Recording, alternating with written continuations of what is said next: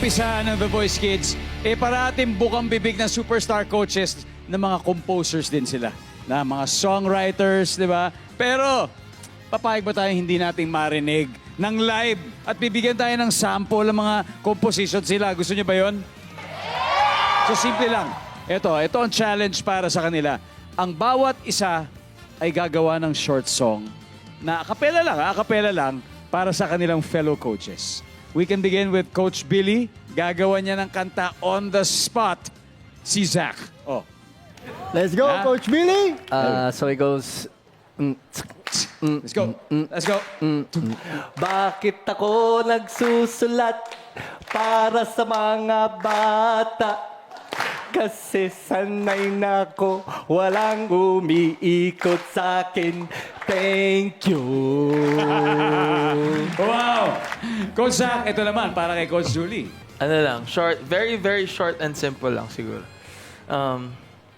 Alam ko maganda ka, Julie, pero ako pa rin pipiliin sa huli. Para commercial lang. Para commercial. Para commercial. Sakto sa akin, no? Sakto sa akin. Wish ko lang. Wish ko lang. Coach Julie, ikaw naman. Julie, that's my name. Winner, that's what I said. Wala na akong sasabihin. Basta't alam ko lang ako'y for the win. Nasaan yung Ben and Ben?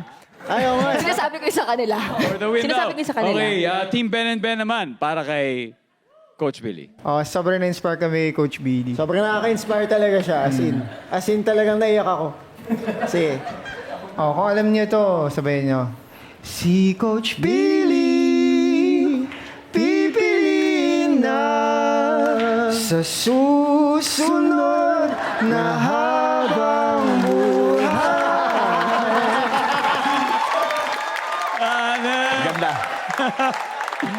Grabe. Diinan na talaga to, Brad. Sana sinabi nyo, hindi na lang ako pumasok ngayong araw na to, ano?